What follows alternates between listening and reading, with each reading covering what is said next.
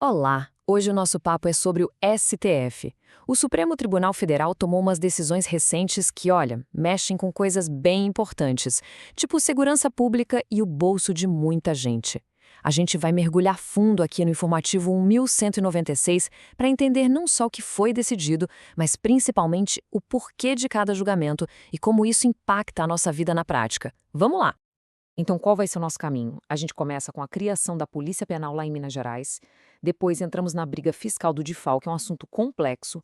Na sequência, vamos investigar se dá para cobrar imposto de herança com bens fora do Brasil. E, por fim, a gente decifra as novas regras para a imunidade de entidades filantrópicas. E, claro, no final a gente amarra tudo para ver o que muda de verdade.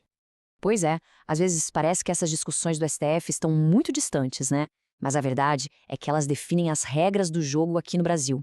Elas têm um impacto direto, desde a polícia que faz a nossa segurança até o preço daquela compra online ou a sobrevivência de projetos sociais. Por isso que entender a fundo esses julgamentos é tão importante. Vamos começar então com o primeiro caso que envolve a Polícia Penal. A discussão central era a seguinte: será que o Estado de Minas Gerais demorou demais a ponto de ser inconstitucional para regulamentar essa nova força de segurança? É uma questão bem relevante.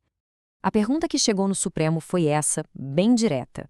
O Estado estava sendo negligente, deixando um buraco na segurança e frustrando toda uma categoria profissional? Ou será que a demora se justificava pela complexidade de todo o processo? A Corte teve que colocar na balança a urgência da regulamentação de um lado e os desafios enormes administrativos e de orçamento do governo mineiro do outro. E essa linha do tempo aqui, ela mostra uma coisa importante.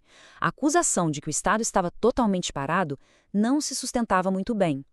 Desde 2019, quando a carreira foi criada a nível federal, Minas Gerais se mexeu, alterou a própria Constituição Estadual, aprovou lei para transformar os cargos e até montou uma comissão para trabalhar na lei orgânica.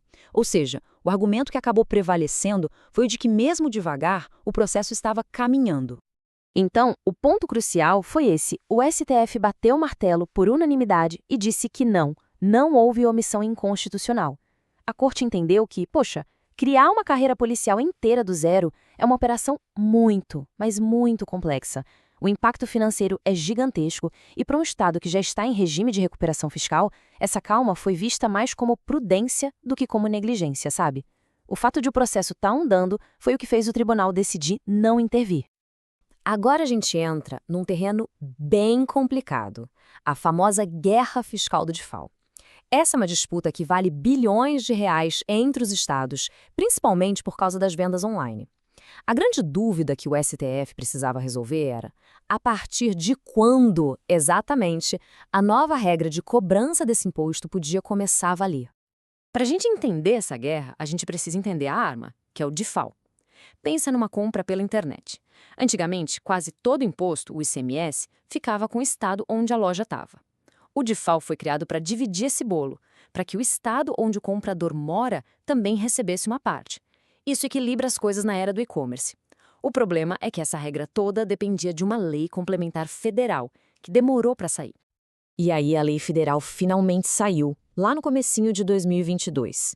Mas a pergunta de $1 milhão, ou melhor, de bilhões de reais, era: quando os estados podem de fato começar a cobrar?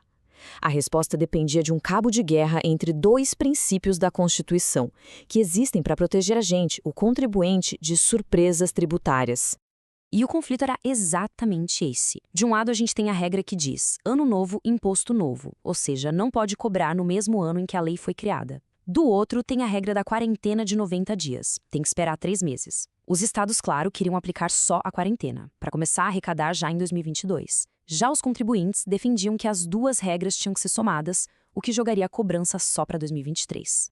A decisão final do STF, que a gente vê resumida aqui, foi uma tentativa de equilibrar os pratos. A Corte deu uma vitória para os estados, validando a regra dos 90 dias. Isso significou que a cobrança podia começar a partir de abril de 2022. Mas, e aqui está o pulo do gato, na terceira tese, o tribunal protegeu quem agiu de boa-fé e já estava na justiça. Foi uma modulação de efeitos importante, sabe? Para evitar que um monte de empresa que confiou em outra interpretação simplesmente quebrasse. Vamos para o nosso terceiro caso. Também é sobre impostos, mas agora sobre patrimônio. A discussão é se os estados podem cobrar impostos sobre herança ou doação quando têm bens, doadores ou herdeiros fora do Brasil. O ITCMD é aquele famoso imposto sobre heranças e doações. Quando tudo acontece aqui dentro do Brasil, as regras são claras. O problema começa quando o patrimônio está lá fora ou a pessoa que morreu morava em outro país. Aí a cobrança vira um verdadeiro quebra-cabeça internacional. E a questão principal aqui é sobre quem tem o poder de criar essa regra. Um Estado, sozinho, pode criar uma lei para uma herança com bens na Europa, por exemplo? Ou isso é algo que precisa de uma lei única federal para valer para o Brasil inteiro, evitando confusão e conflitos entre países? A resposta do STF foi um sonoro e categórico não. A Corte entendeu que os estados simplesmente passaram do limite constitucional quando tentaram legislar sobre isso por conta própria. E a justificativa está bem aqui, nessa citação. A Constituição é clara, precisa de uma lei complementar federal para definir as regras. E o motivo é bem simples. Só uma lei nacional consegue criar critérios iguais para todo mundo e, o mais importante, evitar a bitributação, que é quando a pessoa acaba pagando imposto 2 vezes sobre a mesma coisa. Isso traz segurança para quem tem família e bens em mais de um país. O resultado prático é que todas as leis estaduais sobre o assunto foram derrubadas, com a decisão valendo a partir de abril de 2021. E um detalhe bem importante, a reforma tributária até já criou uma regra nacional para isso, mas essa regra só vale daqui para frente. Ela não tem o poder de legalizar as cobranças que os estados fizeram de forma irregular no passado. Chegamos ao nosso último caso que mexe com milhares de organizações sem fins lucrativos. O debate aqui foi sobre as regras para conseguir ou renovar o certificado de entidade beneficente, o famoso SEBAS, que é o que garante a imunidade de várias contribuições sociais. Olha, o SEBAS é um documento vital. É com ele que entidades que fazem trabalhos essenciais conseguem ficar isentas de pagar certos impostos. E esse dinheiro que elas economizam é reinvestido nas atividades sociais. Perder esse certificado pode literalmente significar o fim de uma instituição. O dilema era o seguinte, e ele é bem comum. Uma entidade pede a renovação do certificado, seguindo a lei que está valendo. Só que o processo é lento, burocrático, demora anos, e no meio do caminho, a lei muda, fica mais exigente. A pergunta é, qual lei vale? A do dia do pedido ou a do dia da análise? Bom, o STF respondeu, vale a regra nova.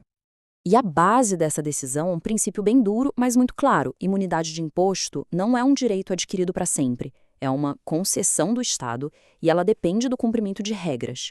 Ou seja, é um status que a entidade precisa provar que merece o tempo todo, de acordo com a lei do momento.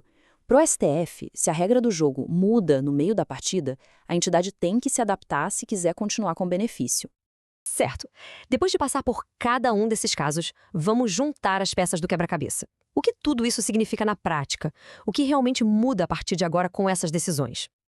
Então, resumindo a ópera. Primeiro, Minas Gerais ganhou tempo para organizar sua polícia penal, com o STF respeitando a complexidade da gestão pública. Segundo, a cobrança do DIFAL foi validada, pondo fim a uma longa novela, mas protegendo quem já estava na justiça. Terceiro, foi criado um freio na cobrança de ITCMD sobre bens no exterior pelos estados, o que força uma solução nacional. E, por último, um recado claro para as entidades beneficentes. Para manter a imunidade, tem que estar sempre em dia com a lei que estiver em vigor.